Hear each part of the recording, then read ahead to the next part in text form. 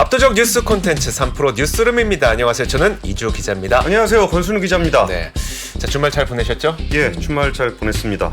근데 주말 사이에도 그 이스라엘 전쟁 이슈가 계속적으로 이렇게 에스컬레이트 되는 듯한 그러니까요. 얘기들이 좀 많이 나와서 좀 인도주의적으로 걱정이 좀 되는 그런 분위기가 전개가 되고 있는 것 같습니다. 네. 첫 번째 뉴스는 이조 기자가 좀 관련 소식을 좀 전해주시죠. 자, 이팔 전쟁 사태의 업데이트 상황을 조금 정리해드리도록 하겠습니다. 자, 헤드라인부터 먼저 보시죠. 자, 가자 지부 남부 이집트행 통로를 일시 휴전하면서 8시간 정도 개방하자라는 이야기가 나오고 있습니다. 제가 일단 이 얘기를 드리고 있는 이유는 아무래도 팔레스타인 지역 가자 지구에 살고 계시는 거주민들이 피해를 최소화시키기 위해서 이분들이 좀 피난을 갈 수 있는 통로를 열어줘야 되는데 그 통로가 사실상 없었다고 보는 게 좀 맞을 것 같습니다. 화면을 먼저 함께 보시죠. 지금 보여드리는 화면은 무엇을 보여드리는 거냐면 가자 지구의 형태를 보여드리는 거고요. 예. 자, 이걸 보시면은 지금 한쪽은 바다로 꽉 막혀 있고 일단 이쪽으로는 도망갈 수 없고, 자, 그리고 이 주변을 둘러싸고 점선으로 보이는 부분이 이제 철책을 비롯한 이 담벼락에 쳐져 있는 곳이기 때문에 어느 곳으로도 사실 가자 지구에 계신 분들은 도망갈 수가 없는데, 맨 아래쪽 네모 X자 되어 있는 네모를 보시면 라파 보더 크로싱이라고 보이실 겁니다. 예. 여기가 바로 이제 그 이집트 예전 시나이 반도와 통하는 유일한 통로라고 보시면 될 것 같은데요.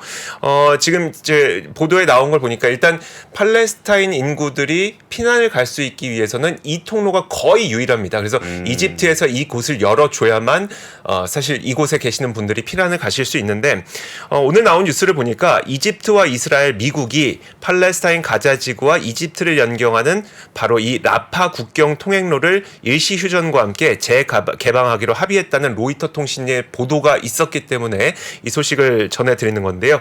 아직은 이 보도 외에는 국가별 입장이 뚜렷하게 나오고 있지는 않아서 이게 과연 얼마만큼의 인원이 이 국경을 통해서 통과하게 될지는 정확하게는 알 수 없습니다. 하지만 이집트의 경우에는요, 본인들의 경제도 안 그래도 어려운데 중동 국가들의 난민들이 사실 유럽으로 향하는 중간 기착지로 이집트를 선택하는 경우가 많아서 사실 이전에도 이집트는 시리아 난민을 비롯한 난민 문제로 수많은 골머리를 썩어 왔었거든요.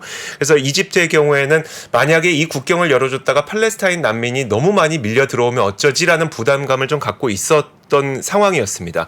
자, 그래서 사실 이번에 이렇게 나왔던 내용이 좀 인도주의적으로는 그래도 팔레스타인인들이 좀 피할 수 있는 구멍이 되지 않을까라는 생각이 드는데요. 사실 이 움직임은 오히려 확전 가능성을 좀 키울 수 있다는 평가도 있습니다. 왜냐하면 이란 확전 가능성을 키운다고요? 왜냐하면요, 예. 이란 외무부 장관이 이스라엘이 가자로 진입해서 지상전을 벌인다면 이란은 대응할 수밖에 없다고 언급을 했죠. 그런데 이집트의 통로를 열어서 피난민들을 대피시키겠다는 거는 지상전을 벌이겠다는 의미로 해석을 할 수가 있는 것이기 때문에, 그 얘기는 가자지구 주민들이 인질이 돼야 지상전이 안 일어난다라는 얘기. 다시 한번 말씀해 주세요. 그러니까 지금 사람들을 뺀다는 거는 지상전을 한다는 거다. 그렇죠. 그 얘기는 가자지구 사람들이 인질로 있어야 지상전을 안 할 거다라는 얘기잖아요. 그렇죠. 네. 이란 쪽 얘기라는 거죠. 그렇죠. 그렇죠. 자, 그리고 또 그 미국도 이란의 개입 가능성에 염두를 두고 있죠. 제이크 설리번 백악관 국가안보보좌관이 또 인터뷰에서 이란이 어떤 방식으로든 직접 개입할 가능성을 배제할 수 없다고 말했습니다. 그래서 국제사회가 이번 전쟁의 임계점으로 여기는 지점이 이란의 참전 여부잖아요. 그러다 보니까 시시각각 변화되는 상황을 좀 주시할 필요가 있어 보입니다. 네. 지금 뭐 저도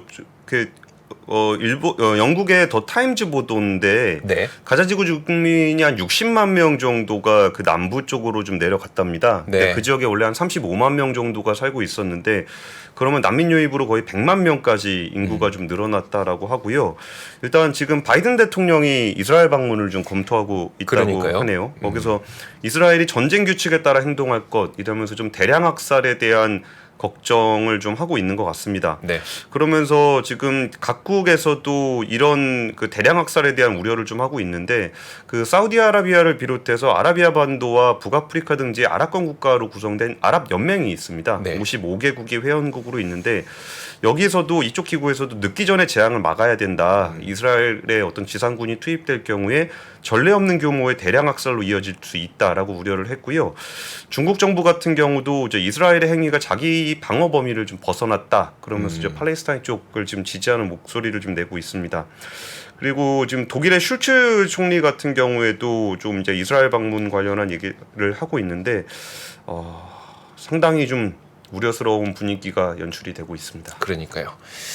자, 이렇게 저희가 좀 업데이트를 해드렸고요. 그리고 다음 뉴스 한번 보도록 하죠. 예, 다음 뉴스는 이제 고금리가 지속되면서 그 가계부채에 대한 우려가 조금 더 확대되고 있습니다. 그리고 또 이런 뉴스가 좀 많이 나오는 뉴스적 맥락을 좀 설명드리면은 이게 아무래도 국정감사 기간이다 보니까 네. 국회 쪽에서 자료가 좀 많이 나오고 있습니다. 그리고 지금 코픽스 금리가 오늘 발표가 됐는데요. 코픽스 금리가 이제 9월 기준으로 3.82%로 전월보다 0.16%포인트 상승했습니다. 이게 올해 가장 높은 수준이 1월 달이었는데 네. 그 정도 수준까지 올라갔습니다. 그러니까 코픽스라는 게 예전에는 이제 예대금리라 그래서 네. 그 예금 금리에다가 얼마나 플러스가 되느냐 해서 예금 금리를 기준으로 많이 삼았었는데 사실 은행이 자금 조달을 하는 거는 꼭 예금만 하는 게 아니라 채권으로도 좀 조달을 하잖아요. 네. 그래서 이런 것들을 통합해서 만든 지수가 코픽스 지수입니다. 여기에 연동해서 내일부터 대출 금리가 올라간다고 하니까 좀 가계 부채에 대한 부담도 조금은 커질 네. 것 같습니다. 지금 사실 그 가계 부채가 좀 많아지면은 우려스러운 부분들은 항상 제일 약한 고리입니다. 그 3개 이상 금융회사에서 대출을 쓴 다중 채무자가 역대 최대인 450만 명에 이르는 것으로 나타났고요. 연봉의 70% 이상을 대출 상환에 쓰고 있는 사람도 300만 명에 육박하는 것으로 집계가 됐습니다. 그 한국은행이 그 국회 기획재정위원회 소속 양경숙 의원에게 제출한 가계대출 자료에 따른 건데요. 네. 가계대출 대출자는 1978만 명, 전체 대출 잔액은 1845조 7천억입니다. 이 중에서 이제 세계 금융기관 이상에서 대출을 받았다는 거는 이 세계 금융기관에서 받았다는 건 한 군데서 다 못 채웠다는 거잖아요. 네네. 그러니까 여기저기 가서 좀 대출을 받게 되는 건데 또 이게 금융회사에서 대출을 여러 군데서 받으면 또 어떤 일이 생기냐면은 좀 대출을 갚기가 좀 어려워졌을 때 금융회사와 이제 채무조정 관련한 협상을 할 수가 있게 돼요. 네. 근데 이게 금융회사가 여러 군데랑 하게 되면은 뭐 이쪽에다가는 안 갚고 저쪽에다 갚고 뭐 이런 일이 발생할 수 있어서 채무조정을 하기가 조금 어렵습니다. 이렇게 3개 이상 금융회사에서 대출을 받은 대중채무자가 448만 명, 3개월 사이에 2만 명이 늘었고요. 전체 대출자 중에 다중채무자가 차지하는 비중도 22.6%로 최고치를 기록을 했습니다. 그리고 이제 다중채무자이면서 네. 소득 하위 30% 그러니까 아래, 그러니까 소득이 좀 적은 분들인데 이런 분들의 비중도 전체 대출자의 6.4%로 좀 상승을 하고 있는 상황입니다. 또 여기에 더해서 또 하나 제가 또 그 가계부채 쪽에서 조금 우려하면서 주로 보는 지표가 하나 있는데 네. 다름 아니라 그 대부업체가 취급한 주택담보대출 연체율입니다. 그거는 그 1금융권에서 1, 2금융권에서 대출받기 어려우신 분들이 받는 주택담보대출인가요? 그렇죠. 그러니까 이게 두 가지 의미가 있는데 하나는 그 차주 돈을 빌린 분들의 어떤 상환 능력이 좀 약한 분들인 것도 맞고 네. 또 하나는 부동산에 있어서도 되게 우량한 부동산 같은 경우는 은행에서 담보를 많이 잡아줍니다. 네. 근데 그러니까 부동산 쪽에서도 좀 취약한 고리들 뭐 좀 지역이라든지 아니면 아파트가 아니라든지 네. 요런 것들이 주로 담보 취급을 하게 되는데 여기서 지금 연체율이 무려 16%까지 올라와 있습니다. 16%요? 예. 16%면 많이 높은 엄청나게 높은 네. 거죠. 이거는 이제 오기영 더불어민주당 의원이 한국 대부금융협회로부터 제출받은 자료인데요. 대부업체 상위 25개사의 8월 말 기준 주담대 연체율입니다. 이게 그 지난해 같은 기간에 4.7%였거든요. 네. 근데 지금 16.1%까지 올라간 거니까 조금 소득이 부족하거나 아니면 그러니까 주택 중에서도 조금 담보성이 좀 약한 쪽에서는 연체가 많이 발생하고 있다라는 얘기를 좀 드리고요. 신용대출 주담대 기타 담보대출을 이제 평균했던 전체 연체율도 12.4%입니다. 이거 상황을 보면은 가계부채나 부동산 영역에서 취약차주들이 많이 힘들어져 있다라는 네, 상황이고요. 우리가 이제 크게 뭐 부동산 PF라든지 이런 거는 금융회사의 시스템 리스크 때문에 걱정하는 경우가 굉장히 많아요. 네. 근데 이런 게 아니더라도 이게 좀 소득이 좀 부족하거나 담보가 좀 약한 분들이 여기가 좀 더 이렇게 먼저 이렇게 무너지는 경우들이 많거든요. 그래서 이런 부분에서도 정부가 좀 신경을 써야 되지 않을까라는 생각이 좀 들었습니다. 그 다중 채무자는 채무 조정이 어렵다는 게 어떤 의미인지 조금만 더 설명해 주시면 어떨까요? 이게 사실 이거는 조금 참고하시면 좋을 것 같은 게 네. 만약에 빚을 못 갚는 상황이 되면은 빚을 못 갚은 다음에 금융회사를 찾아가면은 도움을 받으실 수가 없는데 내가 뭐 예를 들어서 3개월 후부터는 빚을 좀 갚기가 힘들어질 것 같습니다. 네. 그러면은 이제 금융회사하고 협상을 좀 할 수 있어요. 이게 어떤 협상이냐면 어차피 못 받을 건데 네. 이거를 조금 나눠서 좀 갚으면 안 되겠냐. 그러면 은행이나 금융회사가 조금 더 기다려 드리겠습니다라는 협상이 된다는 거죠. 예, 그런 네. 것들에 대한 그 자율적인 제도들이 좀 많이 만들어져 있어요. 근데 이게 만약에 다중 채무를 하게 되면은 한 은행이 네. 그러면 제가 조금 뭐 만기 연장을 해드릴게요. 혹은 조금 더 이렇게 쪼개서 팔 수 있게 해드릴게요라고 쪼개서 갚을 수 있게 해드릴게요 했는데 만기 연장을 했는데 그 돈을 만약에 다른 금융회사에 갚아버릴 수도 있잖아요. 그러면 뒤통수 맞는 거죠. 그렇죠. 그러니까 다중 채무로 되어 있으면 그런 조정을 하기가 좀 어렵습니다. 그래서 그 1차적으로 그 빚을 좀 못 갚게 되는 상황이 원래 또 그런 상황이 되면 사람이 위축이 되거든요. 네. 그러면은 못 갚고 나면은 그 다음부터는 이제 조정하기가 굉장히 어려워지니까 1차적으로는 그렇게 좀 채무 조정이 가능한지에 대해서 알아보시는 것도 되게 중요하고 그리고서 이제 근데 다중 채무가 되면 좀 어렵다라는 말씀을 좀 드리겠습니다. 그래서 사실 그 채무 조정 관련해서 그 좀 자세한 취재 내용은 저희가 앞권에서 한번 다룬 적이 있으니까 네. 좀 찾아보셔도 좋을 것 같습니다. 자, 좋습니다. 자, 이렇게 두 번째 기사까지 한번 살펴봤고요. 세 번째 뉴스도 헤드라인 한번 보시죠. 예. 자, 이번엔 그 수출입니다. 오늘 그 산업통상자원부에서 지난 9월 정보통신산업 수출입 동향이 발표됐습니다. ICT 산업이라고 우리가 얘기를 하죠. 자, 헤드라인부터 일단 확인을 해보시면 반도체 수출은 감소율이 올해 최저치를 기록했고요. 또 반도체 수출 실적도 올해 들어 최대를 기록했습니다. 지겹도록 들어왔던 이 반도체 업황 바닥론이 이 수출 실적으로도 좀 확인되고 있는 게 아닌가 싶습니다. 자, 화면 함께 보시면요. 전체적인 그림 한번 보시죠. 일단 ICT 전체 무역 수지를 비롯해서 이제 증감률을 한번 볼게요. 주황색 선을 보시면 될 것 같은데 지난 4월에 35.9% 감소했던 바닥을 딛고 이제 조금씩 개선되기 시작해서 지난 9월에는 13.4% 감소하는 것으로 나타났고요. 여전히 감소세를 보이고 있긴 하지만 감소율이 올 들어 최저치를 기록했다는데 참 의미가 있을 것 같고 일단 수출은 180억 달러 그리고 수입은 107억 달러를 기록해서 무역 수지는 73억 달러로 흑자로 집계가 됐습니다. 자, 이게 그렇게 된 이유는 바로 반도체 덕분이었었는데요. 반도체가 지난 9월 올해 들어 최대 수출을 기록했기 때문이었습니다. 자, 그걸 보여주는 게 메모리 반도체 가격을 한번 보이시면요. 하락을 멈춘 것을 D램도 보실 수가 있고요. 낸드 플래시도 확인하실 수가 있습니다. 메모리 반도체는 사실 15개월 연속 감소세를 이어가고는 있지만 가격이 하락을 멈추고 4분기에는 또 가격 반등이 나올 것으로 전망이 되고 있기도 하잖아요.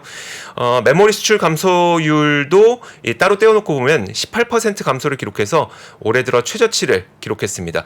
회복세의 흐름이 9월 수출 시적에서 조금씩 확인되고 있는 것으로 보입니다. 그리고 그 다음으로 볼 수 있는 게 ICT 수출에서 도움이 된 품목이 바로 디스플레이였었는데 예. 모바일 OLED 수출이 확대됐고요. 그 덕분에 전체 디스플레이 수출이 2개월 연속 증가하면서 전년 동월 대비 1% 증가한 20억 달러를 기록했습니다. 이거는 아무래도 그 8월과 9월에 좋아졌다는 거는 애플의 신제품 발표를 앞두고 이제 모바일 OLED가 좀 이렇게 주문이 있었던 것으로 보입니다. 아이폰 15의 그렇죠. 영향이라고 봐야 되겠죠? 네네. 예. 그렇습니다. 예, 알겠습니다. 요새 짜장면 가격 얼마인지 아십니까? 6,000원? 8,000원? 딱 중간입니다. 7,000원. 예, 한국소비자원의 어떤 가격 포털 참가격이 있는데 여기서 그 서울 지역 짜장면 가격이 이제 7,000원을 처음으로 넘어섰고 식당에 삼겹살 1인분 뭐 이거 150g 주는 데도 있는데 네. 그건 좀 아니지 않습니까? 그렇죠. 소고기는 뭐 1인분에 150g이라고 해도 이제 또 삼겹살은 1인분에 200g은 줘야 되는데 거의 2만 원 선까지 올라왔습니다. 네. 짜장면 한 그릇 가격이 좀 그러니까 표 같이 보시면은 그 짜장면 한 그릇 가격이 이 표 아니군요. 이 표 네, 맞습니다. 있습니다. 그래서 냉면, 비빔밥, 김치찌개 백반, 삼겹살, 짜장면, 삼계탕, 칼국수, 김밥 이게 그 주요 8대 외식 지표라고 보통 얘기를 해요. 네. 그래서 냉면이 이제 11,000원을 넘어섰고 비빔밥도 1,500원, 김치게 백반도 거의 8,000원에 육박해 있는 상황이고요. 짜장면 7,000원 넘어섰습니다. 그리고 이제 삼계탕 16,000원, 칼국수 거의 9,000원 되고요. 김밥 3,000원. 근데 김밥 3,000원 넘지 않나요? 맞아요, 넘어요. 네.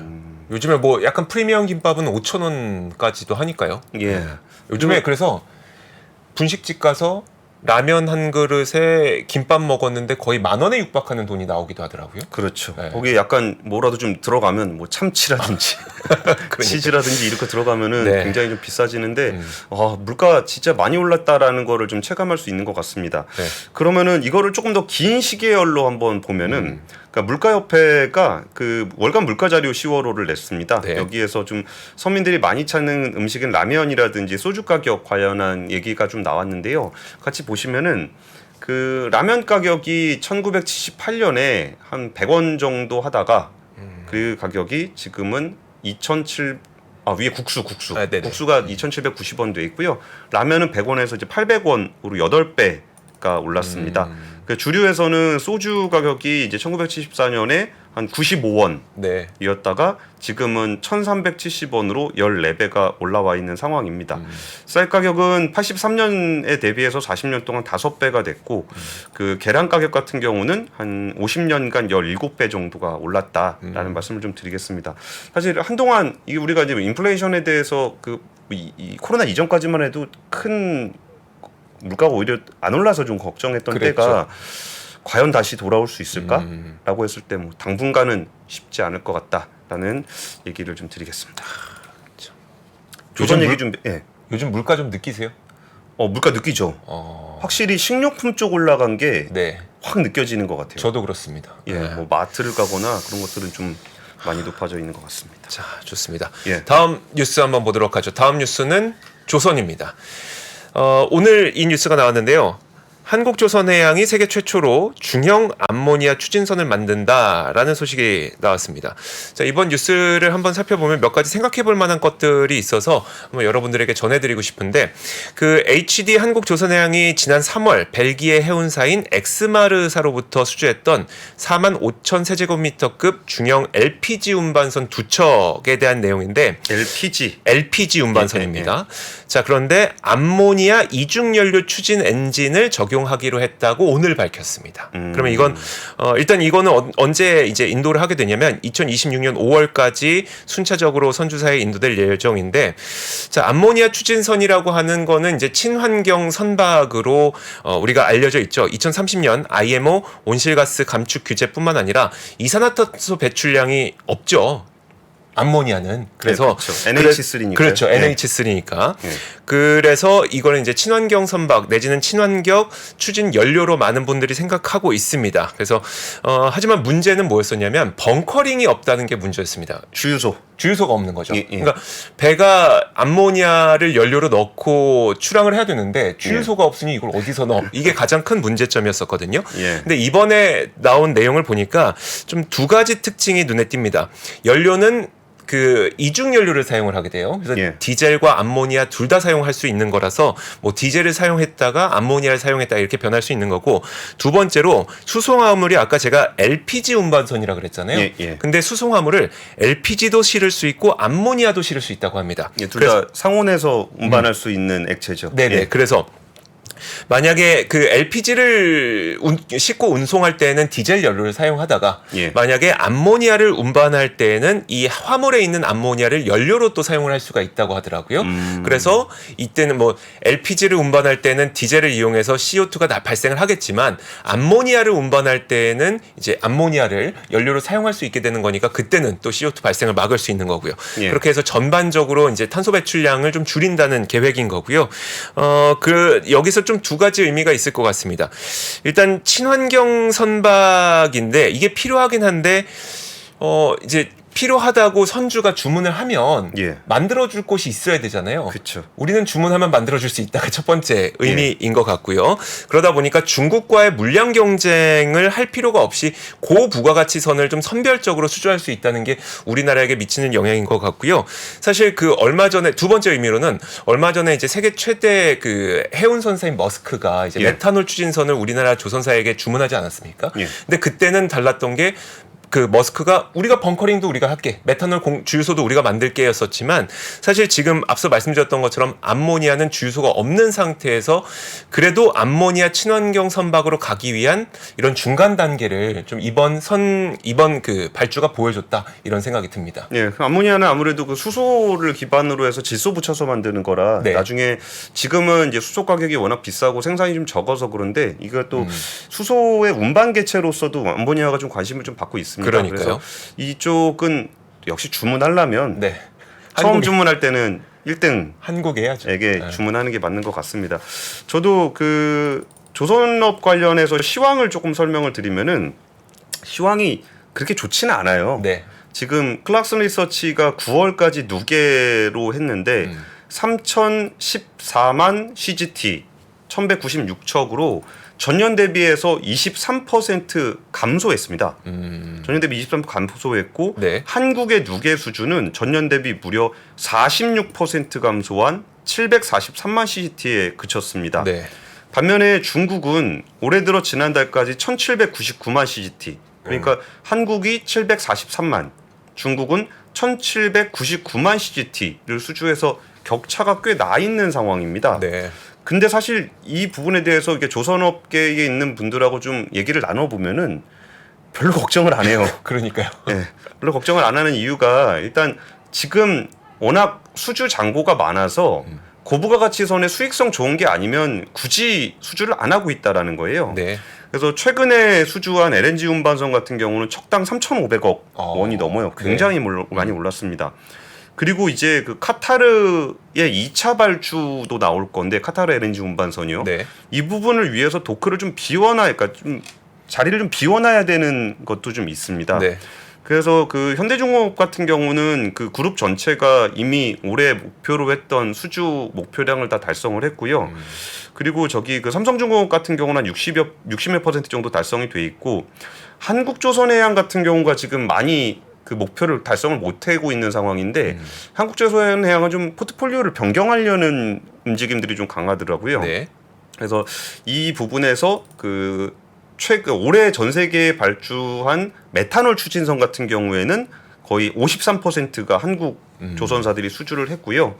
그리고 지금 한번 표 한번 같이 보시면은 이게 흐름이 되게 특이한데 신조선가 같이 보시면 운임 지수가 지금 많이 낮아져 있습니다. 표 한번 열어주세요. 예, 위에가 운임 지수고 아래가 이제 신조선가랑 중고조선가의 차이인데 네. 운임이 많이 낮아져 있는 상황이다 보니까 조선업황이 조금 안 좋구나라고 생각을 하실 수가 있어요. 네. 제일 위에가 그 컨테이너 지수입니다. 네. 근데 지금 같이 보시면은 파란색 선이 신조선가 지수고 그 옆에가 중고성가거든요. 근데 중고성가는 많이 떨어지고 신조성가는 올라가는 모습을 보이잖아요. 그러네요. 그럼 보통은 중고성가가 신조성가의 어떤 선행지수로 보통 얘기를 하는데 네. 이거를 두고서 좀 해석을 어떻게 하고 있냐면은 지금 운임이 별로 안 좋으니까 굳이 중고조선을 빨리 구매를 해야 될 필요가 없다. 네. 근데 그 뒤로는 괜찮게 본다. 그러니까 원래 지금 배주문하면 3년 있다 나오잖아요. 네. 그러니까 지금 주문하는 거는 특별히 우려하지 않는다라고 해석을 하는 얘기가 좀 있고요. 그래서 중고성가는 올라가지 않고. 예, 네. 신조선가는 계속 올라가고 또 하나는 이제 친환경 선박 쪽으로 이제 주문을 해야 되는데 네. 그 옛날 중고선은 네. 친환경 선박이 아닌 경우가 많잖아요. 그렇죠. 그래서 친환경 선박이 아닌 쪽에는 주문이 좀 덜 나오고 친환경선을 새로 주문하는 쪽은 좀 많이 몰린다. 네. 그러면 친환경 선박 좀 잘하는 한국 조선사가 좀 유리하지 않겠느냐라는 분석이 좀 나오고 있습니다. 네. 그리고 마지막 뉴스는 제가 단신으로 그냥 이제 접근을 해드리는데 산업인력관리공단에서 그 자격증 시험을 보는데 그 20대가 가장 좋아하는 자격증이 뭔지 아십니까? 산업인력공단입니다. 뭐 인공지능 개발자, 뭐 소프트웨어 개발 아닙니까? 도배 기능사 실기 시험 접수 인원이 2018년 4,500명에서 2022년 5,230명으로 가장 많이 늘었는데 네. 그중에 20대가 359명에서 782명으로 2배가 늘었답니다. 2배 관련한 일이고요.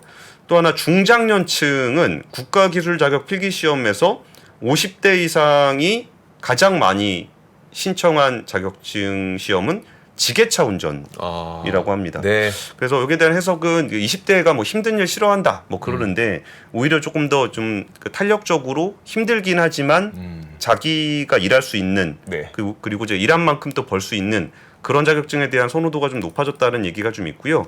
지게차 운전 자격증 같은 경우는 그 중소기업들의 취업을 할 때 그 자격증이 있으면 취업이 굉장히 잘 된대요. 그래서 그런 부분들에 50대들의 좀 지원이 많았다라는 소식까지 전해드리겠습니다. 자, 이렇게 3프로 뉴스룸 오늘의 소식은 여기까지입니다. 여러분 내일 뵙겠습니다. 고맙습니다. 감사합니다. 장 시작 전부터 종료까지 쏟아지는 수많은 뉴스와 정보들. 이 중에서 어떤 것이 투자에 정말 도움이 되는 정보일까요? 3프로의 증시 셔터맨 박근영 마스터가 직접 정보를 선별하고 투자의 힌트를 드립니다. 시간도 아끼고 투자 아이디어도 얻는 시간, 박근영 부장의 마켓 힌트와 함께 하세요. 자세한 사항은 3프로 TV 앱과 홈페이지를 확인하세요.